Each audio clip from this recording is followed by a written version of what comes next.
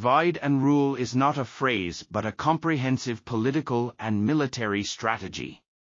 From time immemorial, people have been fighting each other to keep governments alive.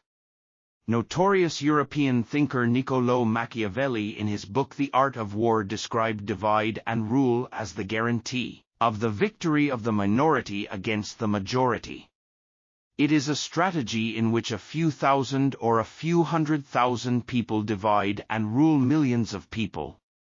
This is the strategy that the British Empire used in the Indian subcontinent after 1857.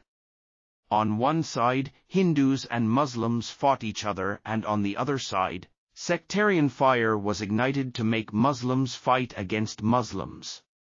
Brigadier General Dyer, who ordered firing on peaceful protesters in Jallianwala Bagh, wrote a book titled, After the 1979 Iranian Revolution, the United States used many Muslim countries, including Saudi Arabia, against Iran.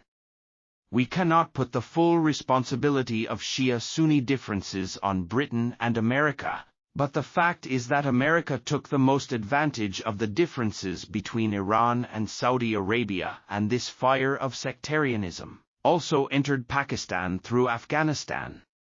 For several decades this fire has been burning the Muslim world from one region to another, and finally now Iran and Saudi Arabia seem to be at peace.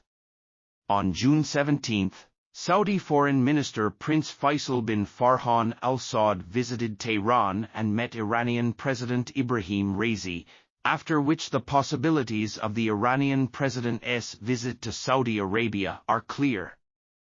It is widely believed that China played an important role in bringing Iran and Saudi Arabia closer together.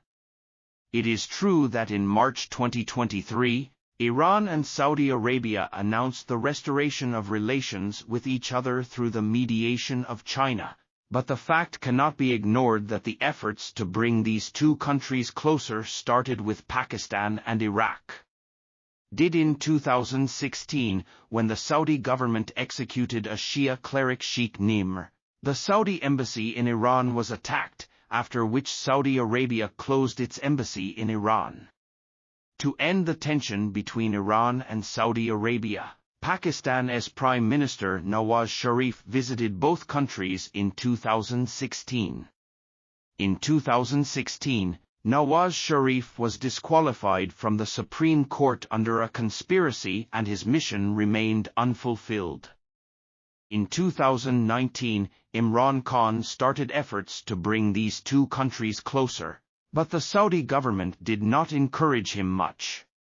Meanwhile, Iraq's Prime Minister Adel al-Mahdi opened a back channel in Iran and Saudi Arabia in which a top Iranian army officer, General Qasem Soleimani, was playing an important role.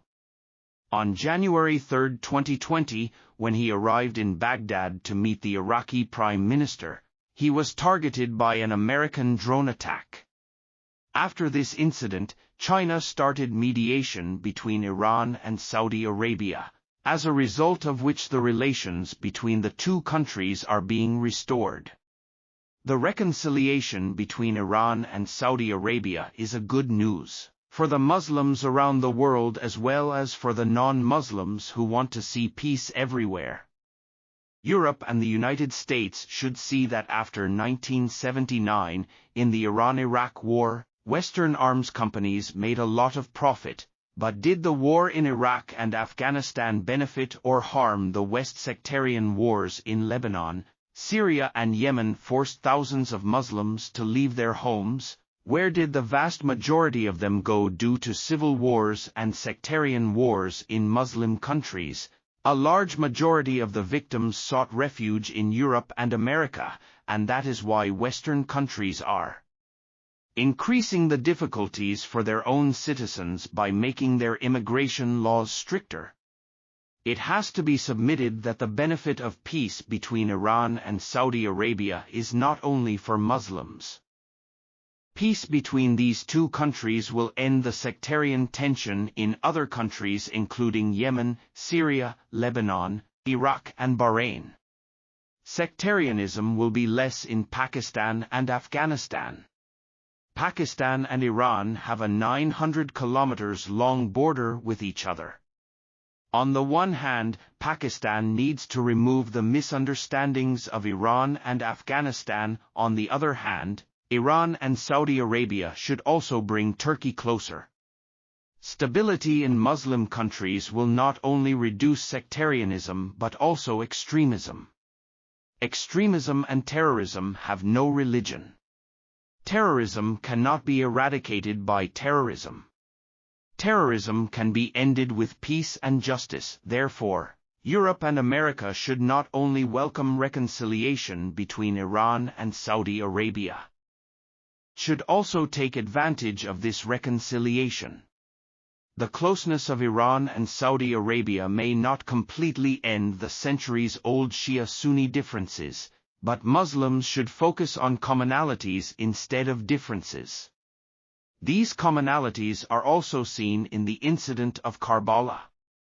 Not only Hazrat Hussein ibn Ali R.A. but also his brothers Hazrat Uthman ibn Ali R.A., Hazrat Abu Bakr ibn Ali R.A. and Hazrat Umar ibn Ali R.A. were martyred in Karbala.